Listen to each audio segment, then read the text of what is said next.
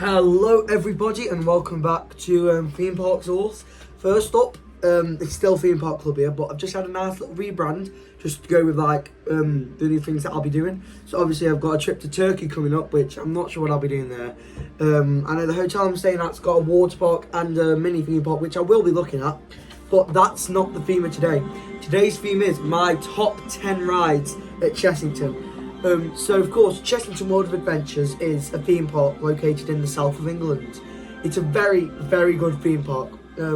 It's home to 4 roller coasters, that being Mandrill Mayhem, Vampire, Rattlesnake, and one coming next year, which I'm very excited for. It's also home to a load of flat rides, a few of them being Elmer's Flying Jumbos and the Blue Barnacle. But of course, we can only fit 10 of those rides into this list.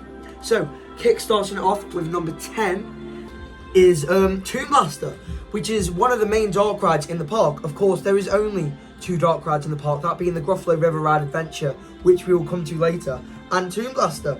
And both of them are very good dark rides, but one has to be before the other, and that is Tomb Blaster. Tomb Blaster is sort of like one of your shooting interactive dark rides. They are very fun, and you go through this tomb when you try and find, this artifact, and you wake the Pope, I think the Pope or the priest who owns that tomb, and he turns into all sorts of things. I think he turns into a mummy, then some sort of evil statue, then he turns into a bloody cobra, which is, it's a good ride. It's a very, very good ride. And eventually it just leads to the climax where you defeat the cobra, and then it takes you to the end of the ride, which leads you to the exit. It's themed into a very well themed area, that being the Forbidden Kingdom, which also has Croc Dropping, which we'll also come to very soon. And that isn't also a good ride, but I'm not here to talk about that just yet. But Tomb Blaster, it is a sort of dark ride. I'm not sure what type of ride it is. I think it could be a Mack or a Zamperla. I'm not sure, they do not back me up on that. But apart from that, it is a very, very good ride. Don't get me wrong, it's not the best dark ride, but it's one of the best, not one of the best, it's one of the best rides in the park, but not the best. Moving on to number 9, this will be a shocker for some of you. It is River Rafters. Of course, you think, but it's just a little log flume, but that drop, you go down and you think, oh, I'm not going to get that wet. You're covered by the time you get back down the bottom of that drop. Every time I get off that, I cannot help but laugh. You get very wet on River Rafters, and it's also good for a summer's day, but it's very much like Tiger Rock. That way it is a log flume, and it is one of the only water rides in the park, that being, there is only 3, that being Gruffalo, Tiger Rock and River Rafters. This ride came in 2020 as a part of the rainforest section of the park, and it's a really nice area.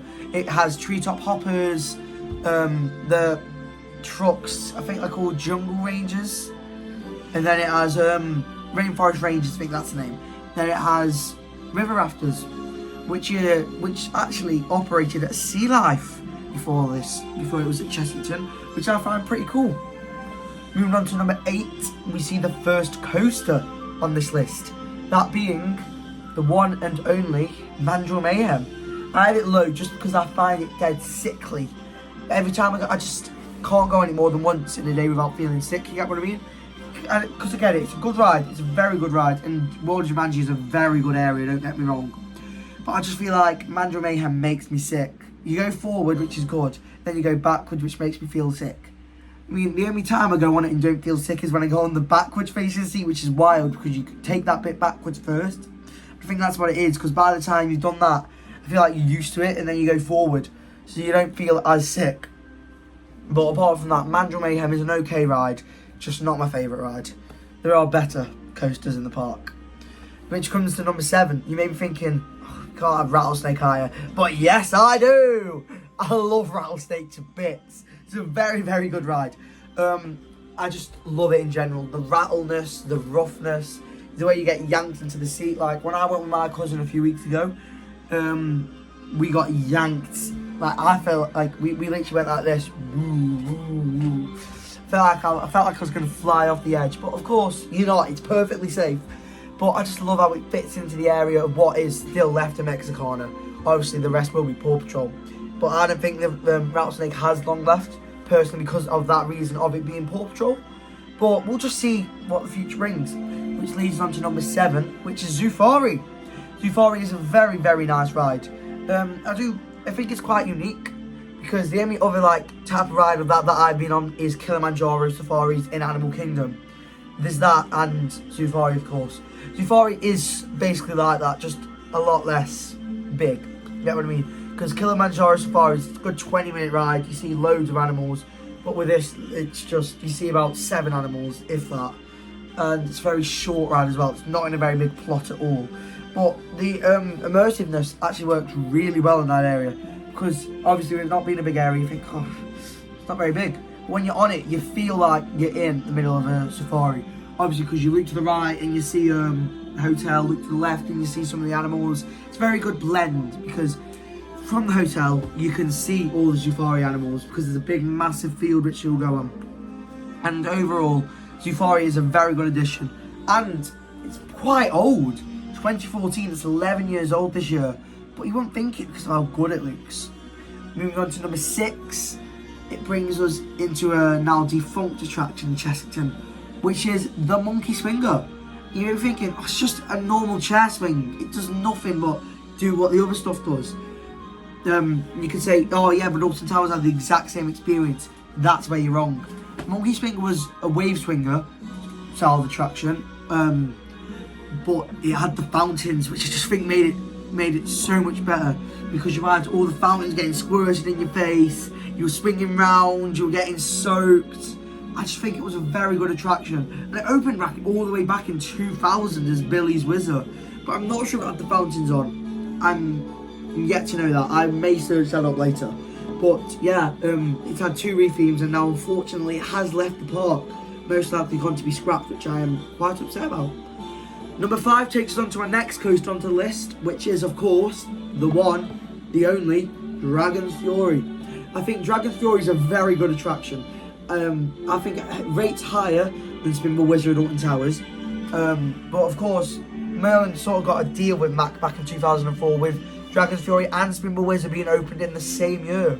Dragon's Fury is the more exciting layout, it has the more things going on, has the more spinning in my opinion.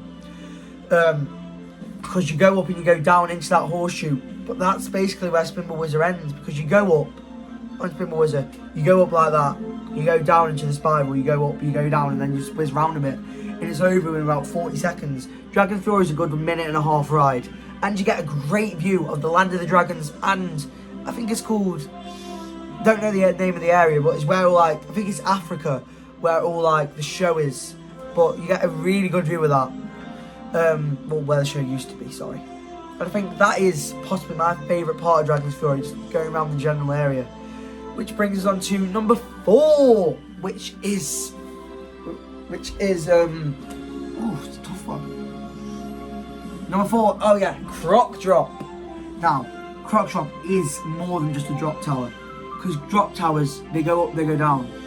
Most of the time they don't have much streaming on at all, but having the massive crocodile mouth which you drop into just makes it 10 times better, because it has the whole theme, the Nile and the curse and everything, brave the drop, release the curse, blah blah blah, yada yada. But it's just like, you go up and you think, oof, this is tall, because you go up, because when you sat down on the ground, I thought at first it's not that tall. When you're on it, you just think, wow, because you get a view of Tiger Rock, Vampire, the whole park, and if you're sitting in the right place, London. It's just a shame that it's not spinning anymore, which I find a real shame. Now we're entering the top 3. These are my 3 favourite rides in Chessington World of Adventure. These are ones which I see and I think, love them. Love them. Kickstarting that list is the Gruffalo. I love the Gruffalo so much. Sure, you think, oh, it's just a little boat ride themed to the Gruffalo, but it's more than that. It's the theming, the smells, the sounds, and of course the fountains at the end, which are probably the best part. Come on, let's get me right. But it has the drop as well, which actually, on the right day, can get you quite wet. which I absolutely love. And then you've also got all stuff like the theming, like going through the audio is really good on the Gruffalo. I find it possibly the best there is. Like the best I've ever had on a sort of boat ride. I know there's better out there like the Navi River ride, but in the UK that is. It's just going through, hearing all the sounds, and especially when you drop into like the whole fountain section, the music just makes you feel so fast-paced and amazing, which I love. And then this is my second favourite ride, Chessington World of Adventure. If you haven't guessed already, it's the one, the only, Tiger Rock! Of course, Tiger Rock is an amazing water ride. And if you don't know me, water rides are my favourite type of water ride that you can get. Tiger Rock is my favourite water ride in the UK. I love the music, theme and all that. And I know it is in a little bit of need for TLC at the moment. But, I mean, I hope that will come. I'd hate to see this ride go. As everyone is saying, I don't think it has long left. But I really hope it does. I think Tiger Rock is an amazing attraction. That the drop, just the general atmosphere. Every time I go on it, I come off it happy. Just because of the queue line, the music, the ambience, the ride, the theming, and going through the tiger enclosures, which I absolutely love.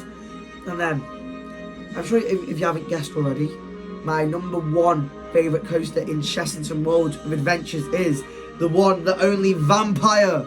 It's my favourite coaster in Chessington. It's the best ride there, in my opinion. And I just think that swinging through the trees, the speed, the music again, I love massive music for theme parks. I love it. The queue line, the station, the dispatch noise, you know, the sit back, hold tight, the vampire is taking flight. But I'm very, very happy that that ride is still there. And as people say, it could have a retrack, which I hope it does. If it has a retrack, that would make me very happy. Maybe call it Vampire Bites Back, or just keep it as the Vampire. Because we saw Nemesis, that was in need of TLC, it got the retrack. Vampire is in that state at the moment, it can get the retrack, which I would be so overjoyed to hear. Keep the iconic soundtrack, but apart from that, it's just the best ride there, in my opinion, of course. This is my opinion, you guys have your own, of course. And I just think that Vampire is the best ride in Chessington. Without further ado, I will see you later. This is Theme Park Sauce. Thank you so much for watching, and I will see you next time. Goodbye.